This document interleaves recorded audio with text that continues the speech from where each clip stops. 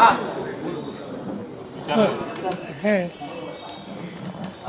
माझा दौरा काही राजकीय कामासाठी नव्हता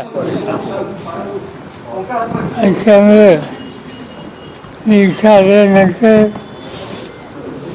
किंवा सरकारला भेटल्याशिवाय कधी गेलो नाही. पण हा दौरा सगळ्या कामासाठी आहे. आणि दुसरी गोष्ट अशी आहे, जिथं मला जायचं आहे इचलकरंजीला, तिथं तुमचे काही स्थानिक सरकारी व्यवस्था नाहीत आणि त्यामुळे यावेळेला कोल्हापूरकरांनी आम्हाला सुट्टी द्यावी. खरं तर बारामतीला तुम्ही थोड्या वेळ जाऊन पाहणी करणार आहे शेतकऱ्यांच्या? नाही, जर बघूया आता माहिती घेतो नंतर ठरवतो. एलपीजीच्या दरात पुन्हा एकदा वाढ झाली.